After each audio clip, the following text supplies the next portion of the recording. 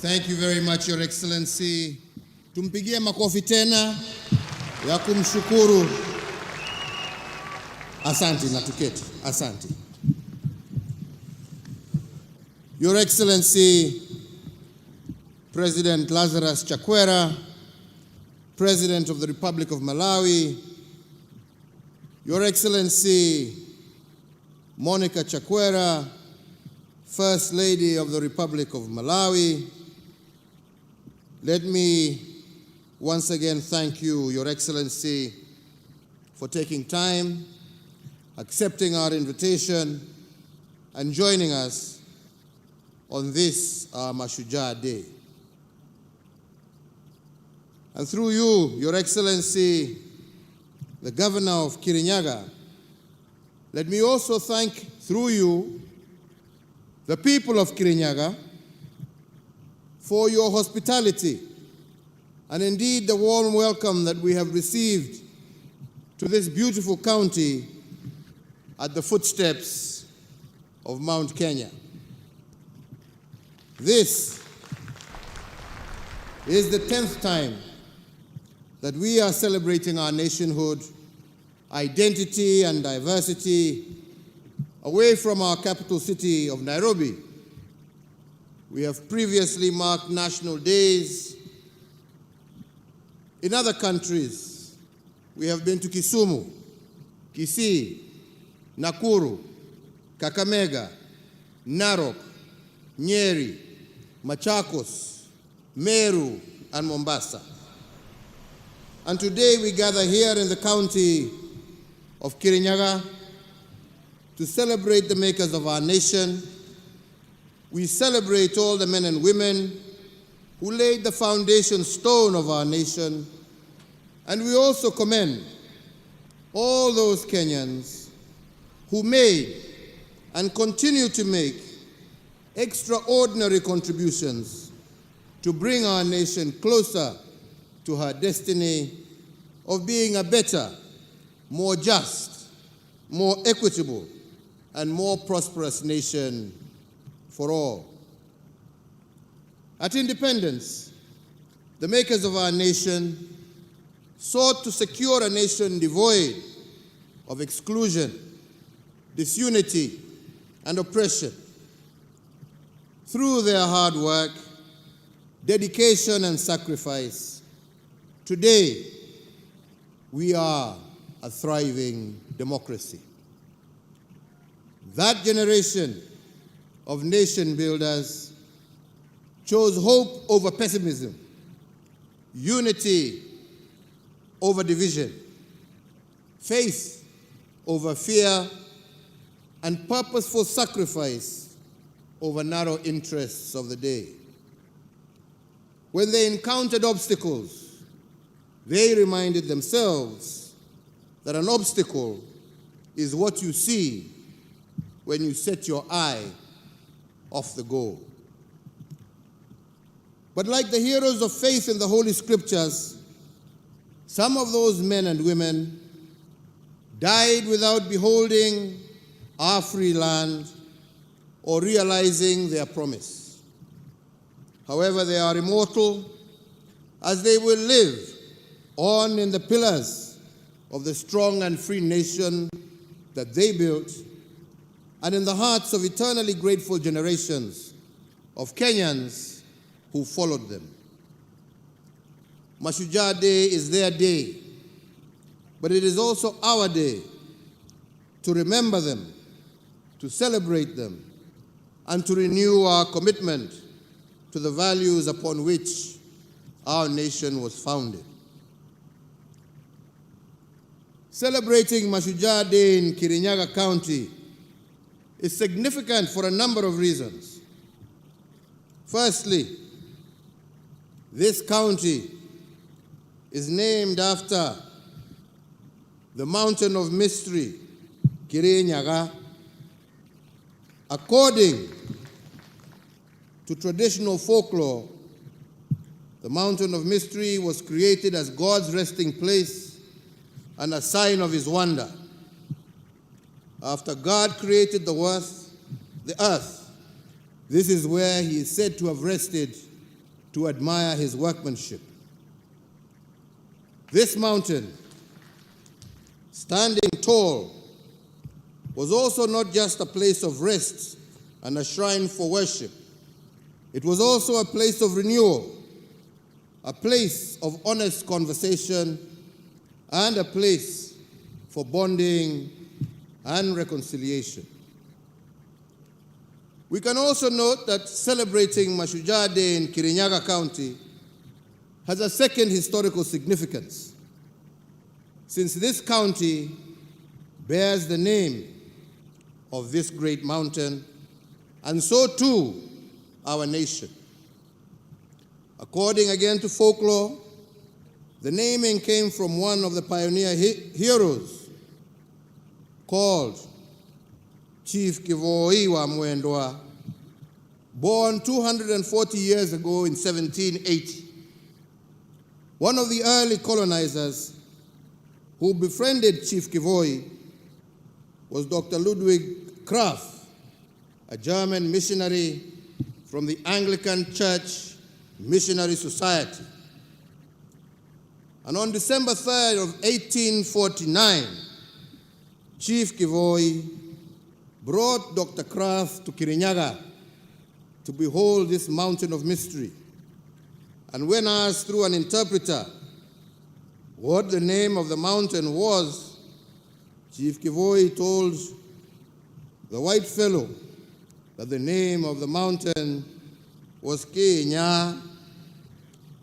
According to folklore, he pronounced it in a Kamba accent, but what the colonizer heard was Kenya. And from this conversation, the name of our nation, Kenya, was born 200 years ago. Kirinyaga County is therefore at the heart of a very rich heritage as a nation. The development of the then Kirinyaga district, created out of the western part of Embu district in 1963, has closely mirrored that of the wider country, culminating with the advent of devolution. The 20th of October is a significant date in our history because in 1952, this was the day that a state of emergency was declared on our land by the colonizers, and hundreds of our founding fathers were arrested. But when our founding fathers, led by the likes of Mzee Jomo Kenyatta, Jaramogi Oginga Odinga, Paul Ngei, Masinde Muliro, amongst others, overcame the darkness of the emergency period, a new order emerged. They had a three-point agenda that resonates to date.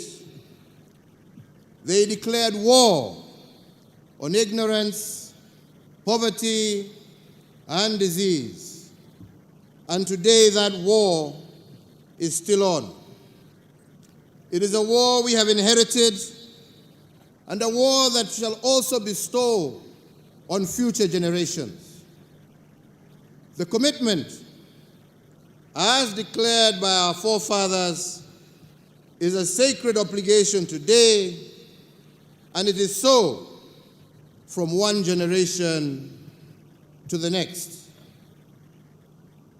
Mzee Jomo Kenyatta, representing the founding fathers, had this to say on the task at hand. And he said, and I quote, that our children will learn about the heroes of the past, but our task is to make ourselves the architects of the future.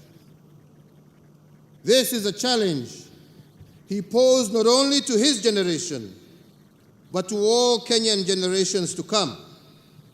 Each generation must not focus only on past heroism, but it must also continuously strive to be the architects of their own brighter future. For us to become architects of the future, We must begin by protecting what was left behind to us by the heroes who liberated this country, and in particular, we were charged with a great responsibility of taking care of our territorial integrity. Since the dawn of our republic, on many occasions, we have experienced territorial aggressions to the sanctity of our borders.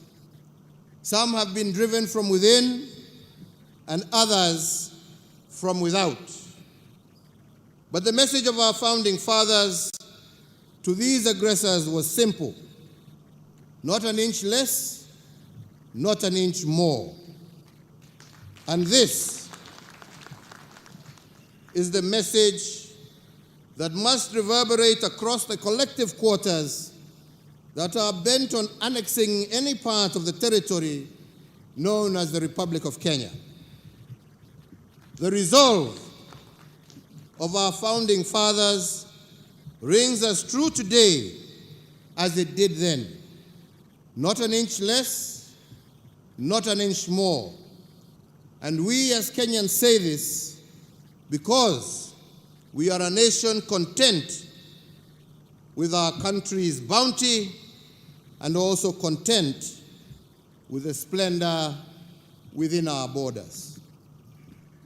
So, fellow Kenyans, the transformation of our security sector has without doubt been one of the most significant endeavors of my administration.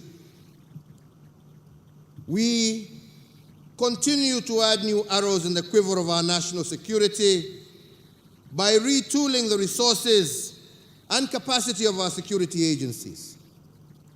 This visible transformation of our security organs has been done in honor of their national duty of defending our sovereignty, maintaining our territorial integrity, securing our borders, and preserving our cherished freedoms and our way of life. As an affirmation of this, today, Kenya's police-to-population ratio is at its highest level in our history and is higher than the UN prescribed standard. Similarly, in the last 8 years, we have undertaken the most consequential and expansive modernization of our military in our nation's history. We continue to tool and to retool our security resources to the highest standards in order to keep our people safe and secure and to preserve our territorial integrity in a just, fair, democratic, and safe country for all. But aside to this, we have also invested in the welfare of those charged with our security personnel, which include a review of their remuneration, benefits, and other allowances, upgrading of housing, provision of insurance, and increasing the capacity of the health facilities used by our security personnel. In addition to what we have already done, we are also building an additional 4 hospitals to cater for them and their dependents in recognition of the heavy toll placed on them and their families. Fellow Kenyans, ladies and gentlemen, now I must return to the subject of being architects of the future. When our founding fathers charged us with this task, what they told us is that the future is not a destination out there waiting for us. It is a destination that we create, block by block. It is like an open book that you write, page by page, moment by moment. But you do not realize it until you are met by unexpected challenges. Challenges like COVID-19. And then all of a sudden, you are placed upon the horns of a dilemma. You can either choose to see obstacles in every opportunity or opportunity in every obstacle. This, fellow Kenyans, is the foundation of any successful nation state. It is about choices. Yet, it is in moments like this that the true character of a nation and a people is revealed. I am proud to say that with the COVID-19 crisis, our state of mind as a government has been one of finding opportunities in every problem occasioned by COVID. Instead of focusing on what is, we have focused on what could be. And this optimism by government, coupled with a basket of stimulus instruments, is what has thrust our economy into rapid recovery, while the global economy, we all know, contracted by an average of 3.6% last year. We managed to grow our economy by 0.3% over the same period, and this year it is projected to grow by 6%, despite the ravages of COVID. In recognition of the extraordinary and exceptional nature of the pandemic, the government, as the guarantor for enjoyment of social economic rights, issued targeted responses to the pandemic to cushion Kenyans against the effects of the pandemic. My administration made various policy interventions with a view of putting money in the pockets of Kenyans. This included various tax reliefs, an 8-point stimulus program of some Kenya shillings 56.8 billion, and Kazi Mtaani to cushion our youth from COVID-related unemployment and other vulnerabilities. Today, this economic rebound is also reflected in the strong revenue performance, as at the end of September 2021, with the ordinary revenue of our country having increased by some 26.8%. There are many indicators which demonstrate how we took advantage of the opportunities and the problems presented to us by COVID-19, and we shall be elaborating further during our scheduled State of the Nation address in Parliament. But just to name a few examples, for instance, the management of the Kenya Meat Commission was replaced during the thick fog of COVID-19. The Department of Defense took 1 year to refurbish the commission and reopened it in April of this year. I am happy to note that in the 6 months, KMC got out of debt and increased the number of head of cattle processed a day from 8 to 185, 23 times what the old KMC used to process. Today, KMC is paying farmers within 72 hours for livestock delivered at a rate of Kenya shillings 185 per kilo for cattle. In fact, the previous commission had paid a total of Kenya shillings 52 million to farmers between the months of April to September 2020. By comparison, the new management of KMC that reopened the plant in April of 2021 has to date, in those short period, paid out a total of Kenya shillings 643 million, representing an increment of over 1,200%. Another area of transformation under the COVID duress is the tea sector. And the story of our tea sector is one that must be told.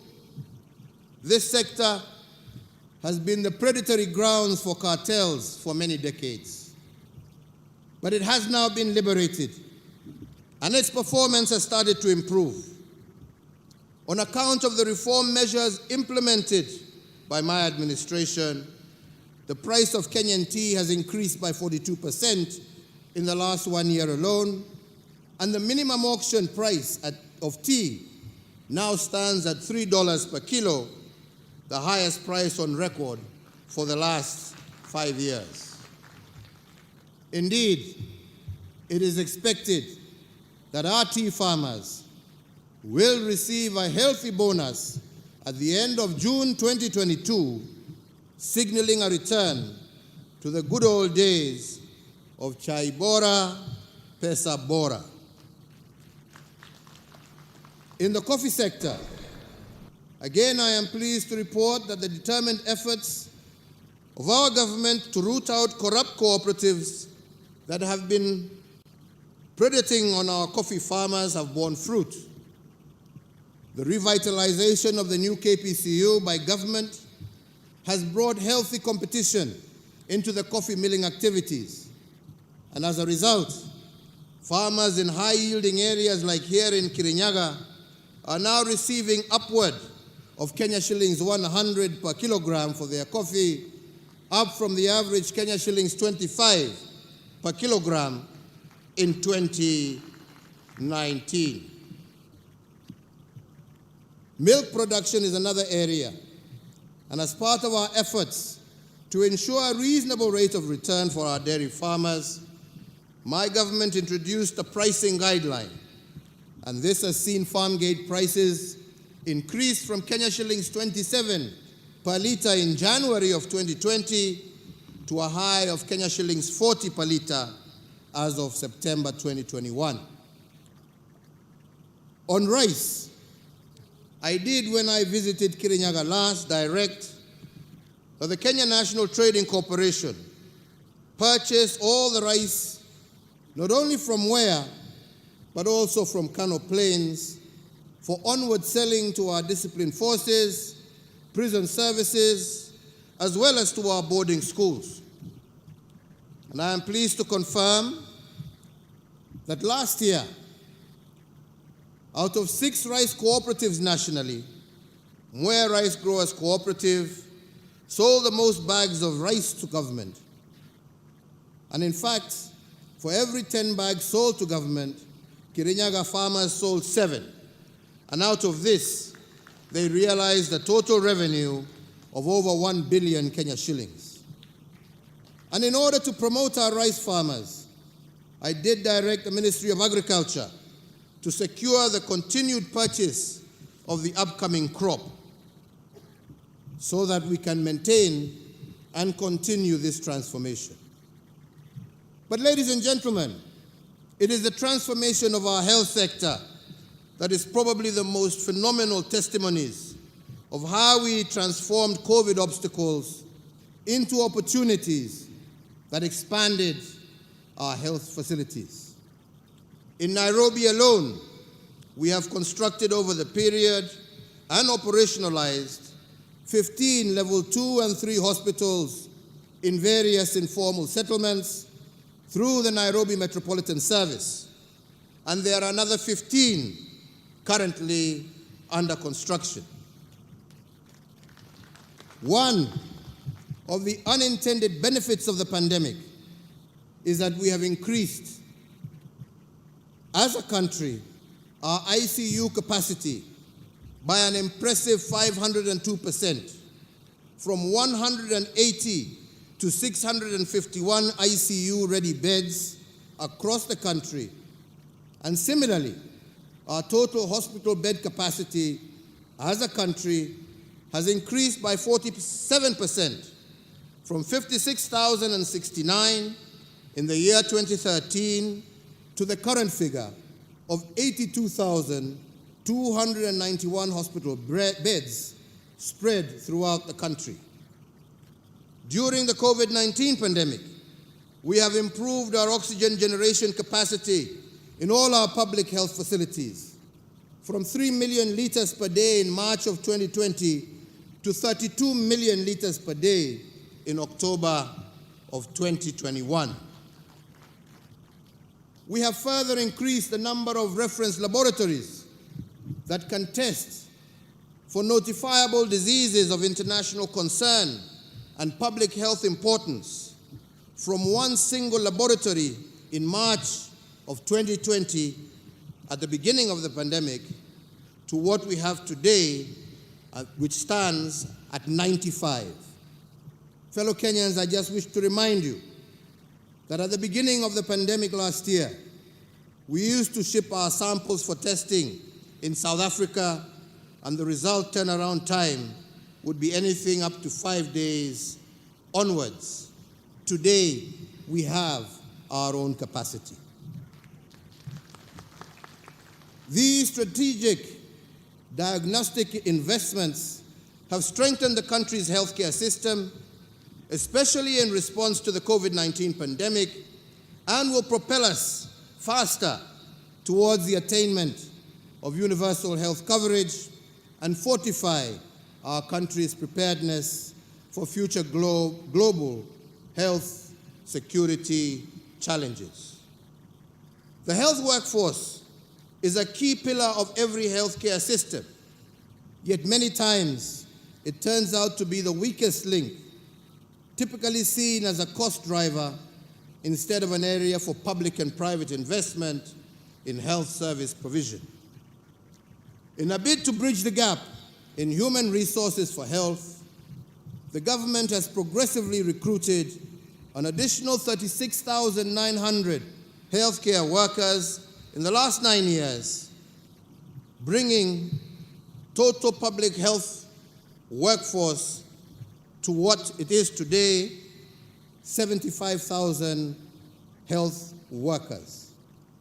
The mid-level healthcare worker plays a critical part and role in the health service delivery throughout all levels of care, specifically at the primary care level.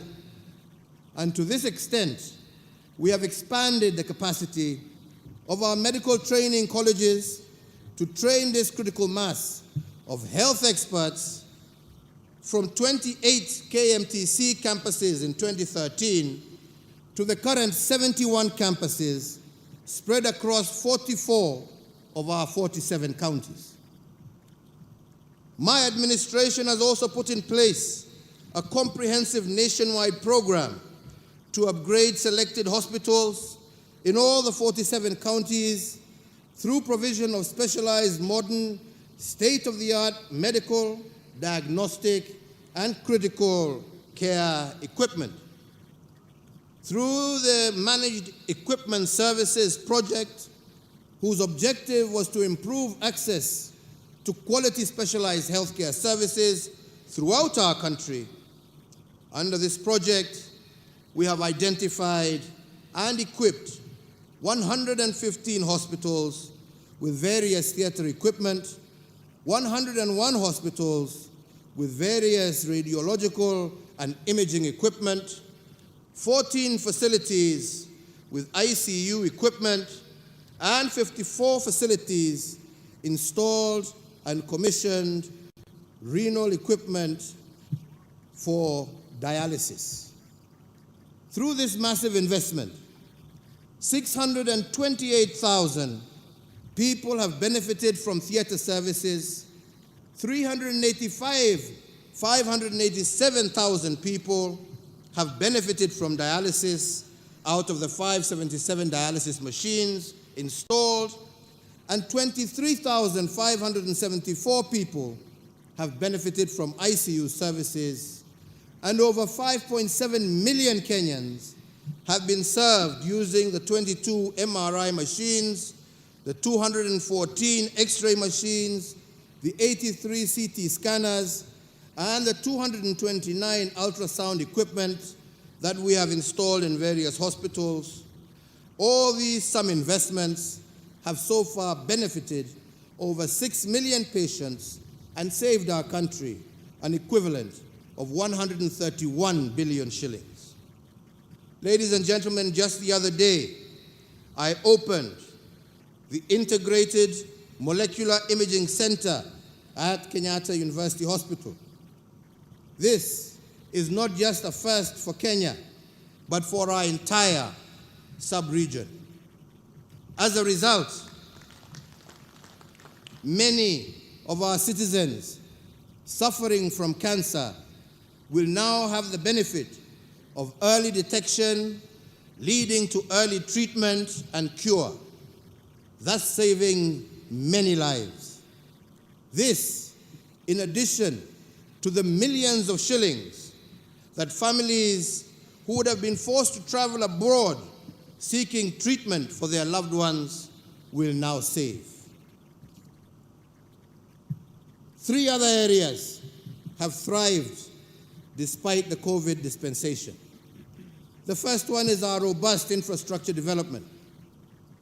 And indeed, to celebrate our Mau Mau liberators, a 582-kilometer road called the Mau Mau Road is under construction in their honor. And this will be the single longest road constructed in Kenya since independence. It runs through Meru County, from Kieni to Mara, through Embu County, from Kairore to Irangi, through Tharaka County, from Kibuga to Itunguru, and in central Kenya, it runs from Mudhidhi to Kiangwashe, and from Kembe to Mogumo Road.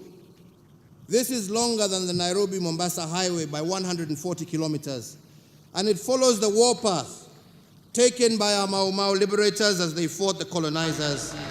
And once complete, travelers on these roads will be able to connect to various parts of the country without necessarily having to pass through Nairobi. Another piece of infrastructure that I believe would make our founding fathers proud is the Nairobi Expressway. This is the largest expressway in Africa, stretching a total of 27 kilometers, running from Mulolongo in Machakos County to Rironi in Kiambu County. And from Rironi, plans are underway for another dual carriage that will soon be launched that shall run all the way to Mau Summit, traversing the Rift Valley. In total, we have had 7,991 kilometers of new tarmac road with an additional 4,800 kilometers currently under construction.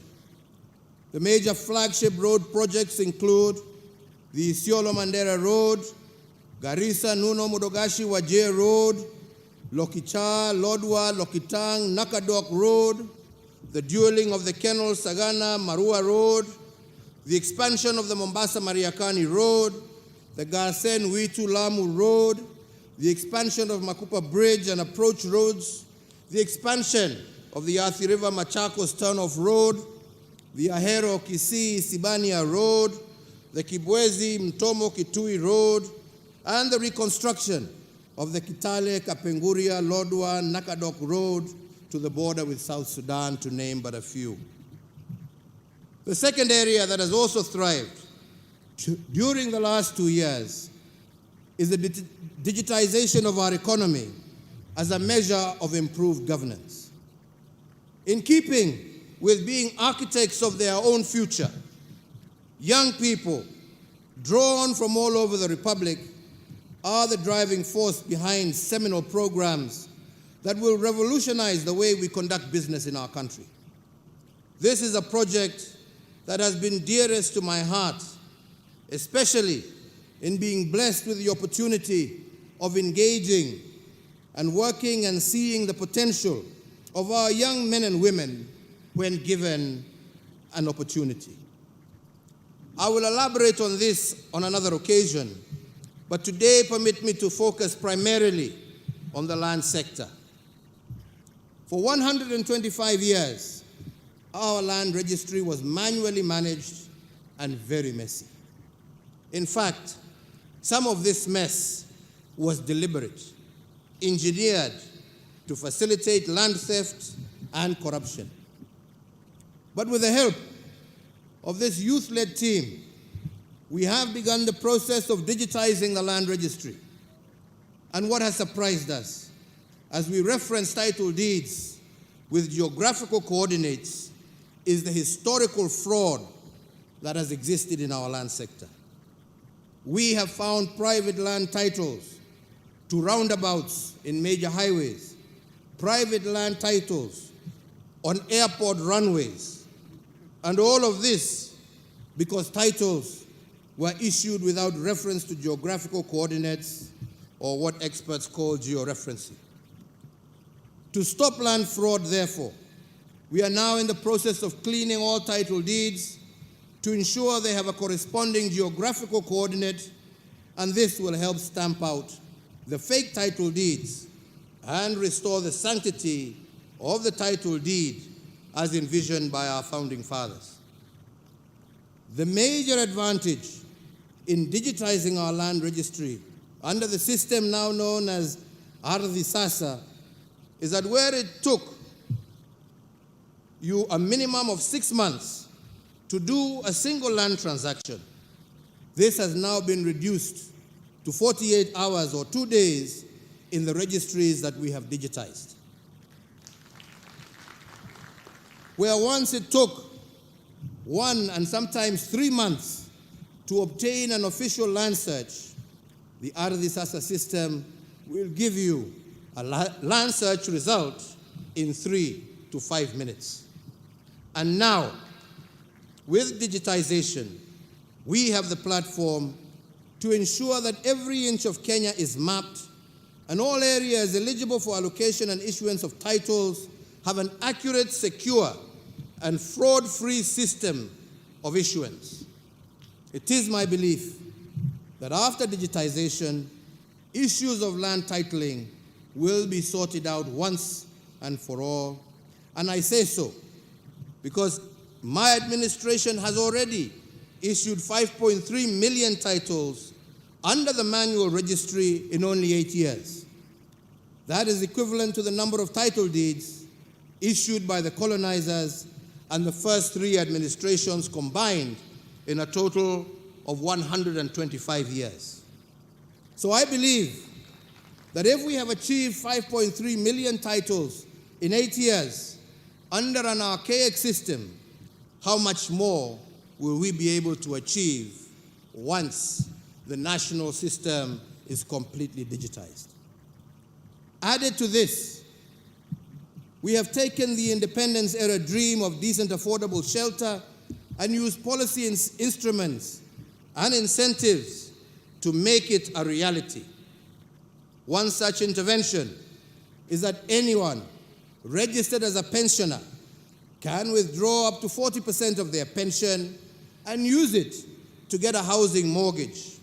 Additionally, we have exempted first-time mortgage holders from payment on stamp duty, and in addition to a range of incentives for developers who build units under the Affordable Housing Program. Further, and on digitizing our economy, in April of 2013, during my first few months as president, I directed the National Treasury to conduct a detailed survey of all chargeable government services to ascertain how many of these services were paid through digital means. The survey found that over 1/3 of all payments to government were cash-based, presenting a high opportunity for leakage and abuse of the system.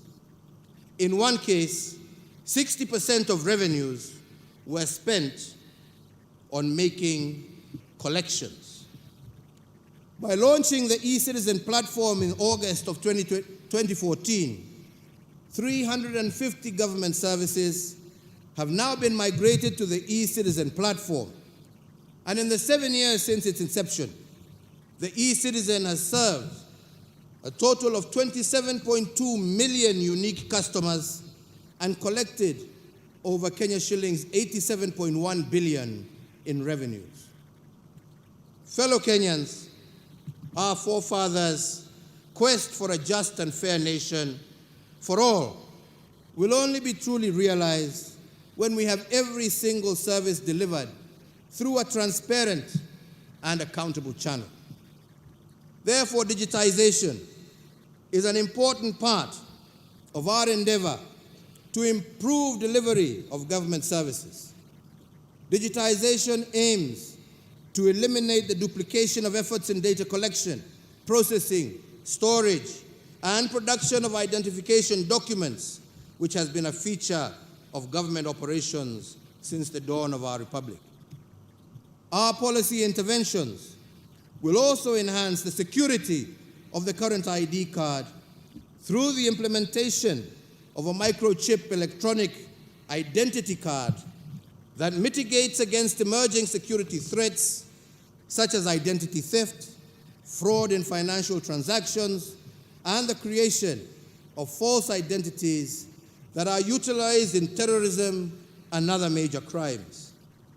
This improved identity card will also be used as a secure travel document within the East African region.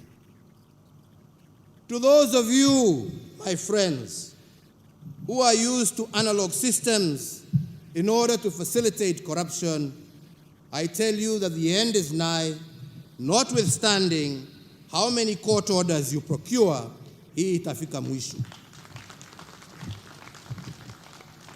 To all Kenyans, for us to achieve most of these things under the COVID restrictions, I want to thank you.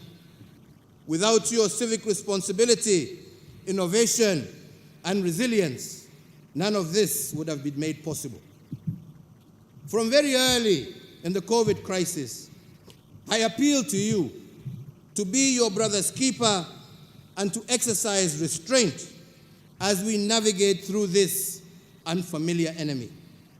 And all of you, each and every Kenyan, made us proud by doing this.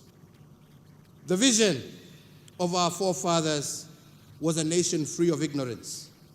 The remnants of ignorance will only be uprooted from our midst when we continuously build the capacity of our citizens to remain abreast with the demands for a rapidly changing world. It is against this backdrop that we instituted reforms in our education sector that led to the introduction of the Competency-Based Curriculum, or CBC. As a mark of this seminal transition, we now have 2 cohorts of children in pre-primary and 5 cohorts of our children in primary school who are the pioneers of this groundbreaking curriculum. The grade 5 cohort has only 1 year to go before they join junior secondary school or grade 7. In total, we note that over 8.1 million children are now part of the program. As a caring government and one that appreciates the solemn duty of the state to prepare every child for their destiny, we will continue enriching the curriculum to ensure that our children sharpen their talent and maximize their opportunities in keeping with our vision for a holistic growth of every child in Kenya.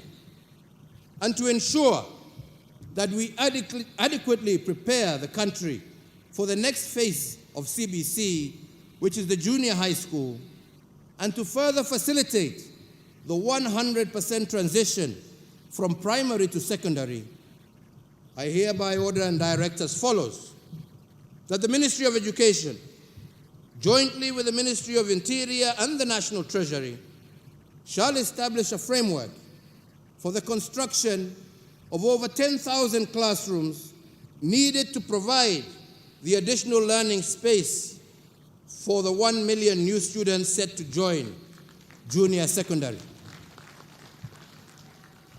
That the National Treasury engages Parliament to appropriate 8 billion shillings towards the construction of classrooms, and that the construction of these classrooms be undertaken by local contractors within the vicinity of each school so as to provide further stimulus to local economy, and that the payments for the construction of the said classrooms be remitted directly to the contractors in their respective sub-counties.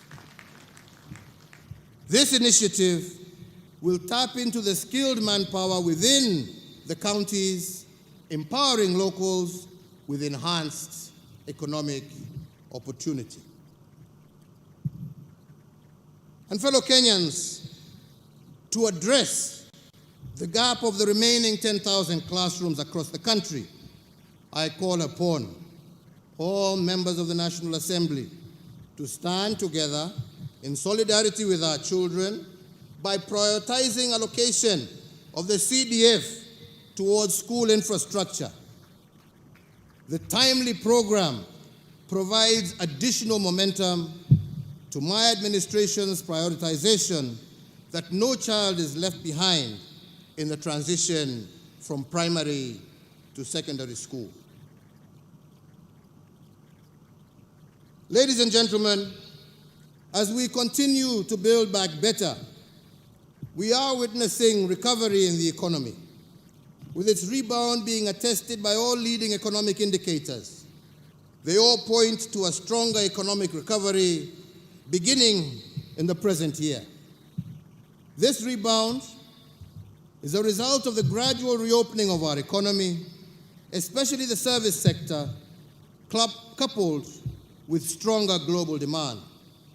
This recovery is reflected, as I said earlier, in the strong revenue performance for the quarter ending September 2021, which saw our ordinary revenue increase by 25.8% and amounted to Kenya shillings 441.8 billion, amounting to a collection of Kenya shillings 17 billion above the target that had been set. The first and second stimulus packages were designed by my government to ensure that our economy would endure the shocks occasioned by the lockdown measures implemented in the early stages of the COVID-19 pandemic. With significant progress registered in the containment of COVID-19, I believe it is now time to shift our focus from survival to coexisting with the disease. And in that regard, my administration will be rolling out the third financial stimulus program designed to accelerate the pace of our economic growth and to sustain the gains that we have already made. I announce, therefore, that effective the 1st of November 2021, new stimulus programs targeting the key productive and service sectors in 13 strategic interventions that cover agriculture, health, education, drought response, policy, infrastructure, financial inclusion, energy, and environmental conservation. The first intervention is the tea subsector. To safeguard the gains made by the tea subsector, the National Treasury will allocate 1 billion shillings to support the fertilizer subsidy for our small-scale tea farmers. The second intervention is in the sugar subsector. To safeguard the livelihoods of farmers within our nation's sugar belt, I direct the National Treasury to allocate an additional 1.5 billion shillings in aid of the sugar sector that will be appropriated towards factory maintenance and payment of farmer arrears. The third intervention is the coffee subsector. In acknowledgement of the pace of the ongoing reforms in the subsector, the National Treasury to allocate 1 billion shillings to the Ministry of Agriculture to be appropriated towards the completion of the ongoing interventions in the coffee subsector. The fourth intervention is the livestock sector. Noting the effects of the ongoing drought situation, the National Treasury to allocate 1.5 billion to support the communities affected by the ongoing drought, especially in our ASAL counties, as part of our national livestock offtake program. The fifth, also applying to the livestock sector, and in order to secure a reduction in the prices of animal feeds, I direct the Cabinet Secretary for Agriculture, jointly with the National Treasury, to issue within 7 days a framework that will facilitate the reduction of the cost of animal and chicken feeds. The sixth intervention is in education. As I have said earlier, and noting the success of our administration's policy on 100% transition from primary to secondary education, Kenya shillings 8 billion to the Ministry of Education for the CBC Infrastructure Expansion Program. The seventh intervention is in health, and to ensure access to medical coverage across our nation, and as part of our universal health coverage program, the Ministry of Health will move with speed to establish an additional 50 new level 3 hospitals to be situated in non-covered areas and densely populated areas across our nation. And I further direct the National Treasury to allocate a sum of 3.2 billion shillings for the immediate construction of these medical facilities, again using local contractors so that the effect is also felt on the ground uko mashinani. The eighth intervention is the National Sanitation Program. We started this program to harness the energy of our young people and to give them a buffer against COVID-related unemployment. Noting the success of Kazi Mtaani program and its effect in enhancing opportunities for youth across the country, we direct the National Treasury to allocate Kenya shillings 10 billion for the third phase of Kazi Mtaani to be rolled out in all counties, with priority being given to densely populated areas. The above measures should inject an additional 25 billion shillings into our economy. These new initiatives complement ongoing state interventions that are expected to sustain the momentum of recovery within the year's growth rate projected to be at 6%. The ninth intervention is on energy and petroleum. Being fully aware of the positive strides being made in our economic recovery, the gains stand the risk of being eroded by high energy prices.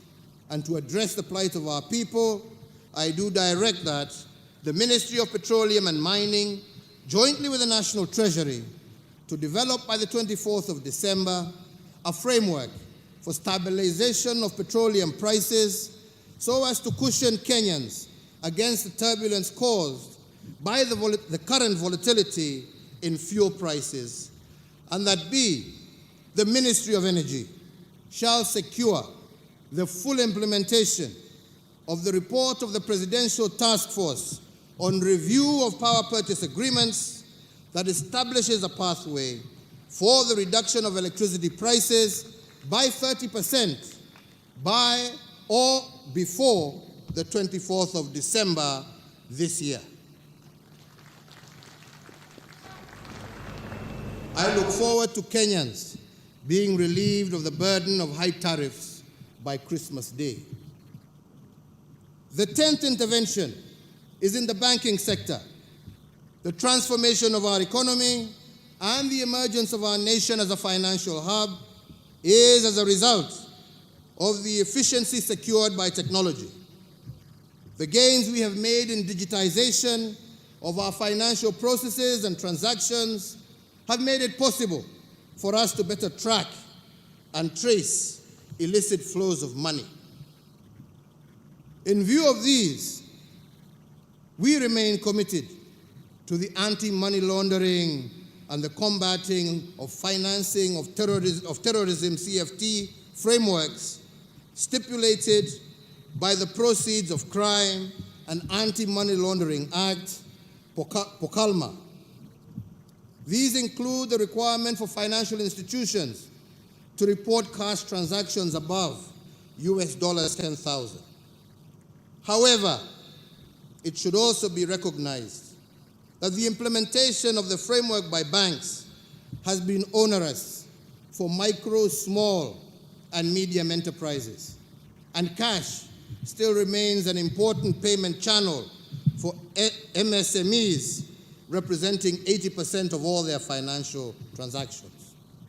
Therefore, accordingly, the implementation of the cash transaction requirement by banks has not been facilitative of the operations of MSMEs and to some extent has inhibited their growth. And in this regard, I further order the National Treasury, after consultation with other stakeholders, to immediately cause the upward revision of the cash transaction reporting threshold from the current mark of 1 million shillings, applicable to both withdrawals and deposits by customers. The financial institutions, however, will retain their reporting obligations to the Financial Reporting Center. The 11th intervention is to access to credit. Over the last decade, we have developed a robust credit information sharing mechanism for the banking sector, which enables Kenyans develop a credit history to enable them access to cheaper credit. This is an important pillar for pricing of loans.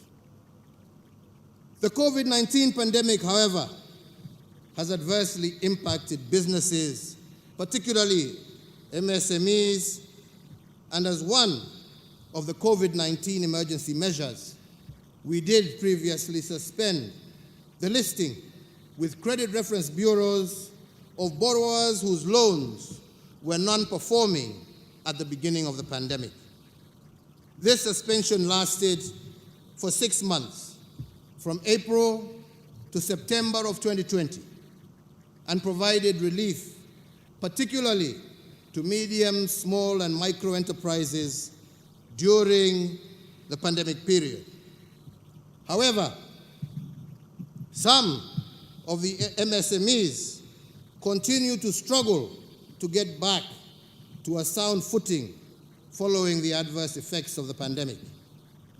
So in that regard, and to further augment the interventions that we are making to give micro, small, and medium enterprises reprieve, I further order the National Treasury, in consultation with stakeholders, to secure the following additional measures to provide further space for recovery of micro, small, and medium enterprises. That the relevant authorities will, for loans less than 5 million, effect a moratorium of listings in CRBs for a period of 12 months to the end of September 2022. And further, borrowers with loans below 5 million and below, listed on the CRB from October 2020 to date, will not have that listing incorporated in their credit reports for the next 12 months ending September 2022. In addition to foregoing measures and to accelerate our economic recovery, I also urge all banks and financial institutions to accommodate customers who seek to restructure their banking facilities. The 12th intervention is digital financial services. In recognition of the importance of digital financing services, especially to the small-scale traders and the household at large, I do direct the National Treasury to engage all digital payment providers with the aim of deepening and expanding the use of the digital payment channels so that people can save more on their wallets and use them more. The 13th intervention is in the area of vaccine production. If there is anything that we have learned, not only as Kenyans but as Africans, from the COVID-19 pandemic, is the essence of self-reliance. As the first step towards this goal, we as a government have established a company to facilitate this venture in the name of Kenya Biovax Limited, and therefore the Ministry of Health should operationalize this company to build a form and fill and eventually manufacture vaccines in our country by Easter of next year. Fellow Kenyans, on the 29th of June, 2021, during my 16th address on the COVID-19 pandemic, I pledged to the nation that by Christmas this year, we would have vaccinated over 10 million adults. Today, I am pleased to confirm to the nation that we are on course to realize this target. As of today, we have vaccinated 5 million adults. Owing to the compliance with the health protocols and guidelines on COVID-19, I have further noted with much appreciation that surge of infections has declined over the last 2 weeks, as characterized by the positivity rate of below 5% that has been registered over this period. I once again want to thank the people of Kenya for exercising an admirable degree of civic responsibility in this fight and truly being their brother's keepers. It is, however, important for all of us to appreciate that we are not yet out of the woods, and we must therefore continue to observe the containment measures as directed by the Ministry of Health, as this is the only way to sustain the gains we are making and guarantee the full reopening of our economy. I want to, at this juncture, particularly thank our Interfaith Council for their cooperation in steering the resumption of in-person and congregational worship, and indeed all our health workers and security officers for their commitment to duty during this particularly difficult time. So, fellow Kenyans, the National Emergency Response Committee on COVID-19 and the National Security Council have continued to monitor the evolution of the disease situation within our borders. And therefore, given the progress in containing this disease, the committee, jointly with the Council, has recommended a review of the existing containment measures. Accordingly, the number of persons gathering for in-person worship is now reviewed upwards from 1/3 of the congregants to 2/3, provided they adhere to all the health protocols.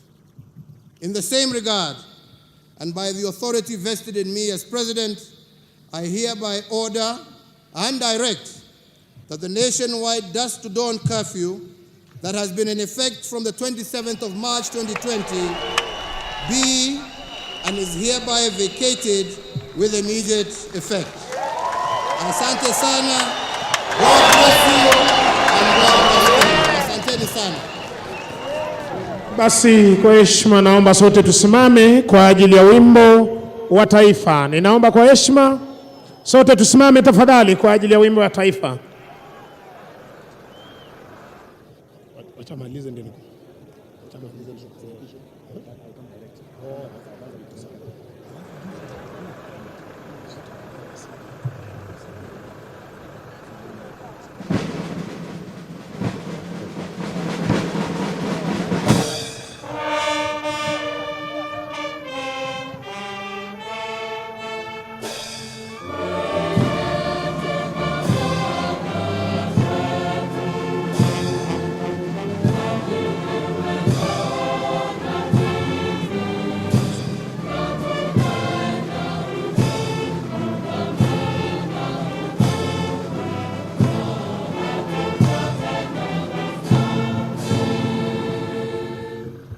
Asanteni sana.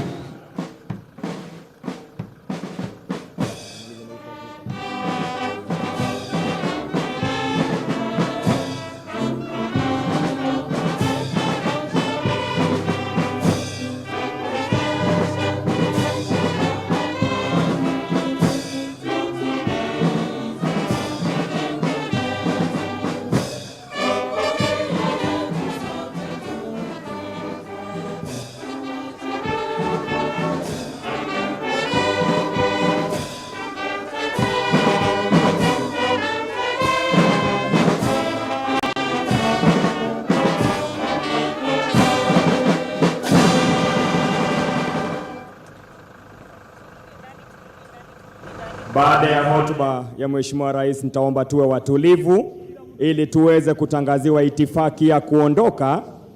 Nitaomba kuomba Mheshimiwa Uhuru Kenyatta, Rais wa Jamhuri ya Kenya, na Mheshimiwa Bi Margaret Kenyatta wataondoka kwanza, na wale wengine tuwe watulivu ili tuweze kuongozwa katika itifaki. Tumhe nafasi Mheshimiwa Rais anapoondoka. Wale wengine wote tutatulia hadi tupewe itifaki ya kuondoka, the exit protocol. Anaondoka sasa Mheshimiwa Uhuru Kenyatta na Mheshimiwa Bi Margaret Kenyatta. Wale wengine tuwe watulivu tafadhali. Tutulie ili tuweze kuongozwa.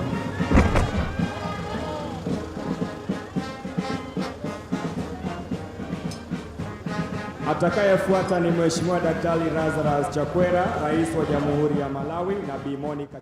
There you have it, ladies and gentlemen. The curfew that has been in place for the last year and a half of the COVID pandemic has been vacated by President Uhuru Kenyatta. And that is, as he said, it is time for the nation to move from simply surviving to reviving the economy again. Let me repeat that the dusk to dawn curfew that has been in place, that is from 10 p.m. to 4 a.m. in the morning, has been vacated, and that President Uhuru Kenyatta says is to move the economy forward after having stagnated on account of the COVID pandemic. That is only one of the measures he announced this morning and part of the afternoon.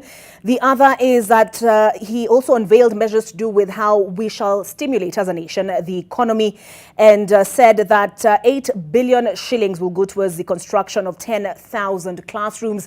That is to accommodate the 1 million who will be moving on in school in the next year. And then he said 50 new level 3 hospitals are to be constructed, and that will involve local contractors so that the effects are felt all the way from the top to the bottom.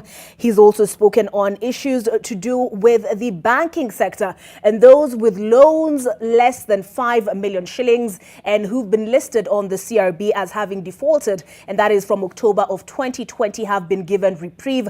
That shall not be reflected in their credit scores, their credit records, and he's also that stays in effect ending September 2022. He's also spoken on the question of COVID-19 and vaccination production, and he says by Easter next year the country should be manufacturing, its own vaccines. As for worshippers, 2/3 of congregants shall now be allowed to gather for worship, and that is in addition to his announcement that the curfew that has been in place for the last year and a half has been vacated. Now, with me in studio, I still have the very good gentlemen who have stayed with me, Dismas. Thank you for staying with me, as well as Ishmael, advocate of the High Court, political risk analyst. Gentlemen, what do you make of the speeches that were made? Let's start with President Uhuru Kenyatta's address to the nation. Dismas. Well, obviously, the big thing is about the curfew. So now we go back to a 24-hour economy. And I suspect people in the hospitality sector are now breaking into a dance and song. Because, closing your business early has been a bit of a frustration. So we now go back to a full economy. But one hopes that as we go now back to a full economy, we'll still be sure to maintain the protocols. Because if you don't maintain the protocols, then it means in the next few months, we'll go back to where we've just come from. That is number one. The number two, which in my view is bigger than the curfew, is the cost of energy in Kenya. It's given the National Treasury and the Ministry of Petroleum and Mining a deadline for 24th to ensure that power goes down by 30%, which would make Kenya very competitive. But on the cost of fuel, I think it missed an opportunity because it speaks about stabilization of the price. But the elephant in the room as far as the cost of fuel goes is the taxation. So in my view, he would have addressed the issue of taxation. Then when you go back to the beginning of his speech, it seems to be giving the military a lot of credit for transforming many institutions. Like, for instance, the Nairobi Metropolitan Service, the high number of healthcare facilities, the many hospitals which are coming up, and then as well as the Kenya Meat Commission. Now, when the president gives the military and other associated persons credit for doing amazing work. And in my view, the military must be given credit, especially on Kenya Meat Commission. There are livestock farmers now getting paid within 72 hours. And in the past, you gave a comparison of about 52 million and 600 million right now. So the big question remains, we had a horrible management at the Kenya Meat Commission. They were kicked out. Then you have disciplined folks who are able to deliver on time.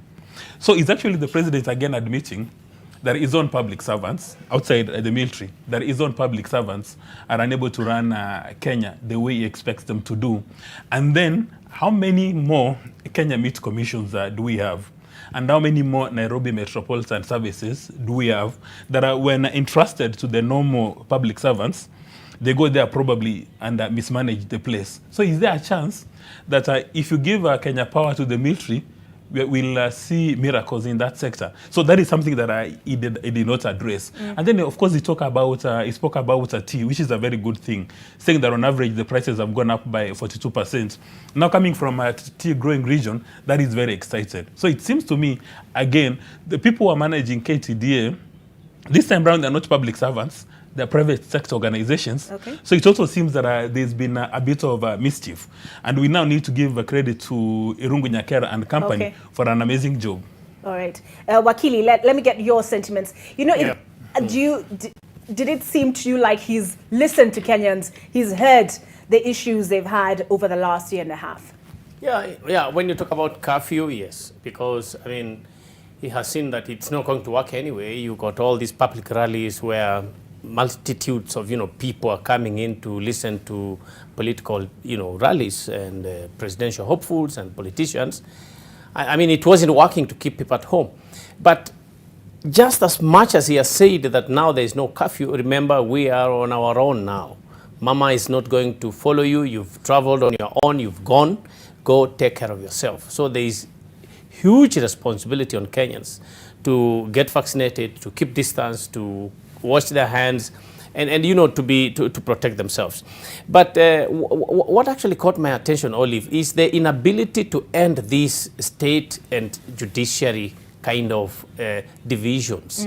I mean, when he says we will go on to implement this or that, with whether there are so many number of court orders.